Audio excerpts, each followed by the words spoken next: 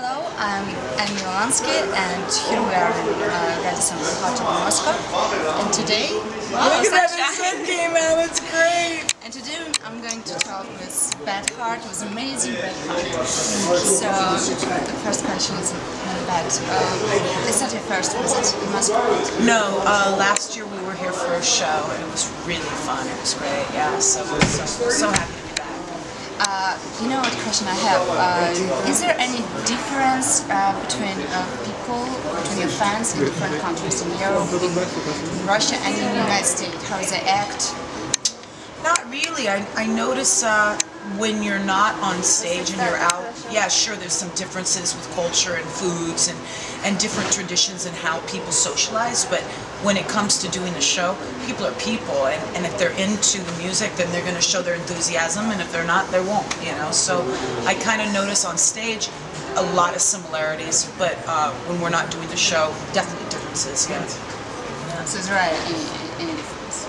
Just off stage, just like, you know, certain traditions, like how people socialize and foods and things like that, and the way things look are different, but not on stage. And stage, I find it to be very similar. Soon will be 20 years since you did your first album. Are you going to celebrate it with a new album, maybe? Do you have any plans like this? I just make records when I feel ready with the material. I'm putting a new record in August, and it'll be out in January.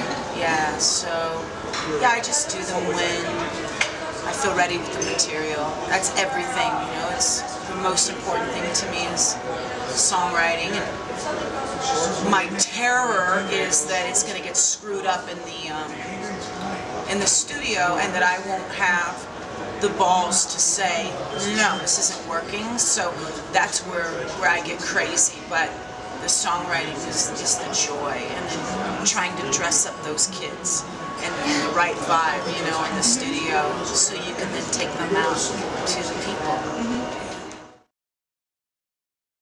Well, I never did covers until Joe Ramasa, and he approached me to make a cover record of soul songs, blues, jazz, some years ago, and we did our record Don't Explain together. And then a few years later, after I'd made Bing Bing Boom Boom, the year after that, we did Seesaw record, which was the same concept. It was a #2 to Don't Explain, and that's why we've been playing those covers, because that comes from the last couple of records. So when he and I make another covers record together, it's going to be in 2016. So I'm sure that some of those songs will be in the show as well. Can you say what song you for sure want to make? I mean, there's so many phenomenal songs that have been written in history, but especially from swing and jazz and old blues, all the soul stuff through the 50s and 60s. I mean, there's just an innumerable amount of great songs to do. If they're right for me to do, that's another question, and that takes investigation. There's this one song called Lullaby of Elise from Ella Fitzgerald that I would love to do. It is so fantastic, and I had pitched it for the last record, Seesaw, and the producer said, no, let's not do that one. So I'm going to try and get him to do it on the next one. It's such a great song. Yeah. We'll wait. Yeah. What kind of music do you listen when you was travel? So many different things. Classical was my favorite. That was my first love, and I'd have to say it still is to this day. Anything Beethoven, anything Rachmaninoff, but especially Beethoven. There was a longing in him and a passion in him and a punk rockness in him, and how he went about that kind of music, especially for that time. So I would say that first. But I also really loved jazz, and the kind of jazz, though, that was done in a bluesy kind of way, and that was Billie Holiday, and that probably because I have such an adoration towards my mother. My mother is like my life, and so everything she loved, I love. You know, I'm not going to sit up here and just gush about the list of how fantastic my mother is, but so everything she loved, I love. And Dinah Washington, you know, and Billie Holiday. those two especially. But then my friends turned me on to Etta James and Aretha Franklin and Otis Redding, and I just went crazy. I love that. But then I got turned on to Black Sabbath and fell in love with Black Sabbath as a little girl. Rush too. I love Rush. My husband makes fun of me that I love Rush. I'm a total Rush fan. But then it just keeps going. You know, Carole King, James Taylor, huge fans. Ricky Lee Jones, huge fans. So there's just a lot of stuff. You know, I'm old school, so I'm mentioning a lot of things of old. But in terms of things in the latest of years, I really love Vintage Trouble. I think they're the best performing band there is out there right now. You see their show and your jaw is on the ground, and Ty Taylor is just, he's a genius on stage, and his voice is ridiculous. But then the great and late Amy Winehouse, I just worship, love, I just love.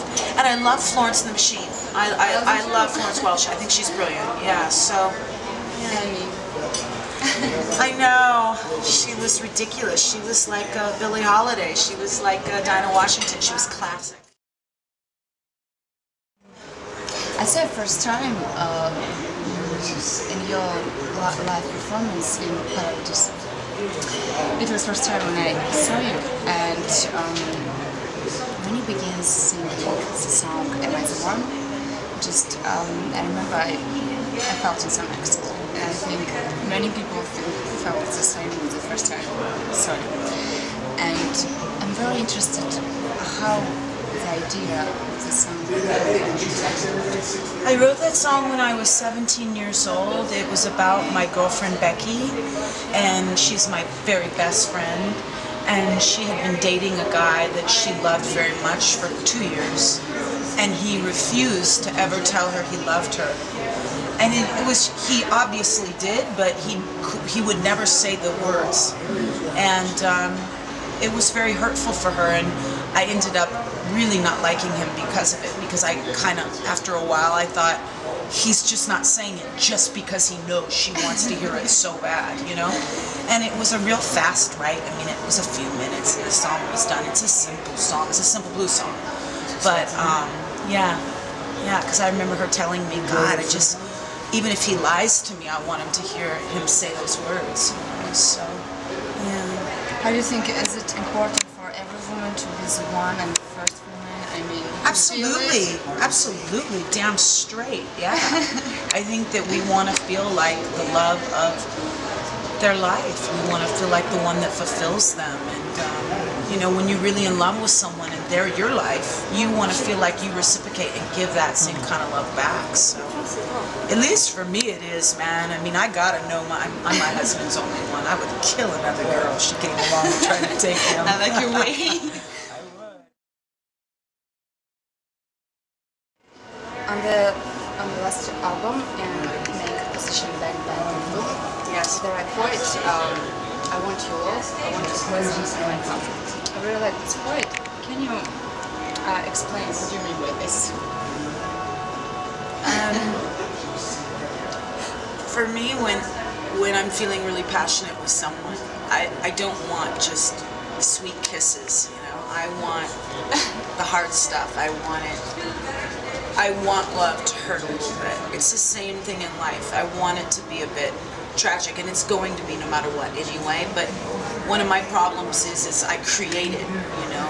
Instead of just allowing life to take me on its journey, or allowing love to take me on its journey, I like to cause a conflict. I don't know what that's about, but in that song, it's a very conflicting song. You know, it's about two people getting ready to blow each other away because their passion is so great, and they are both so dramatic and over-the-top characters that they have to do something that's just ludicrous and over-the-top and end their lives to prove their love. So, yeah. I love The Exorcist. That movie got me, and it still gets me to this day. And not the remake. The remake is horrid, but I guess the remake isn't that hard. But the original 1970s one, that one is just the bomb, and it just gets me every time. Everything about it, the makeup, the music, the acting, the story. It's very believable to me, and it just gets me. I love it. But I'm a huge movie buff, and there are many films I love. Another film that I really hold dear to my heart that actually shifted my perception of my family. And it was the first time that I became into the awareness of the importance of coveting and being loyal to your family. And I never really had that loyalty towards my family. Again, you know, like a spoiled kid in the way I think of things. It was a movie called The Joy Luck Club. And that movie just blew me away. Such fantastic. But there are many great films, so many great films. I don't know, this is just like one piece. And then I've got my neck and my stomach and then my lower back and then my arm here, and that's it. But 5. Yeah, 1, 2, Are you going to make 3, 4, some more? 5. No, and this, the only reason why I did this was to cover my elbow and my shoulder. And my husband was like, well, be careful, don't get it too big, the cover. And then I went into my guy, who's just the bomb, Greg James, Sunset Strip tattoo, and he you know, did a drawing, and the drawing covered the whole area. And so I took a photo and I sent it to my husband, and he said, what the frick? He goes, it's way bigger, you know? And I said, well, this is what the artist says will be what's best, you know? So, but that's my last. I won't do another. No, I'm done. I want to do a tattoo, and I want to ask you advice where to do it. What do you think? I want to text on my body a quite where is better to do it? I think it's really up to the individual on where you feel is the best place to show a symbol that matters to you. And it's got to be for you. And then go online and look at all the different artists that do that kind of style. And then maybe you'll see someone you love, and then you go to them. Thank you. Yeah.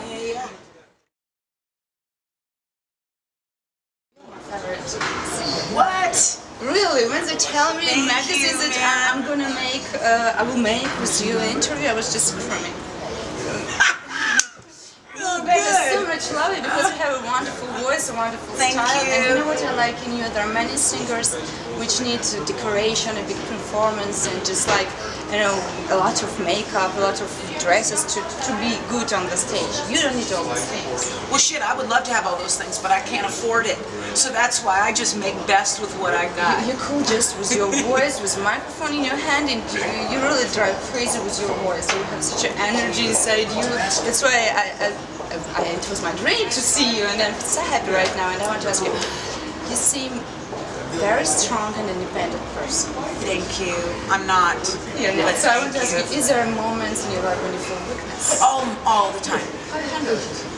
My husband, God, I pray a lot. I'm always talking to God.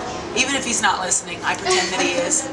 My husband, I lean on too much. And I carry around a lot of guilt about that. You know, I'm always working with my psychiatrist about how I'm gonna not put so much pressure on him to take care of me. You know, it's like I'm a child that never's grown up, you know? And that's ridiculous. I'm 42 years old and I have to be responsible. So that's something I struggle with, but I'm very blessed. You know, I have a man who is incredibly patient, incredibly generous with his love. He's a very selfless person, and I'm a very selfish person. So I guess it clicks. I mean, maybe he gets turned on by women that are just impossible to handle, and I'm turned on by someone who wants to curdle me and love me. And like, I can be pretty negative about things, and when I'll say something that's really dark or negative, he will laugh. And it's like, it's so great because he lightens it up and he helps me to see that, so what? I'm saying something stupid or dark, so what, you know? And he makes it, he just accepts me for the way I am, and I think that's really special when you find another human being in life that loves you as you are. It's pretty cool. Thank you, Beth. My question's over. Can I hug you?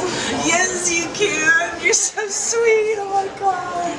Well, thank you very, very much. You're a really amazing one. Thank you. Thank you so much.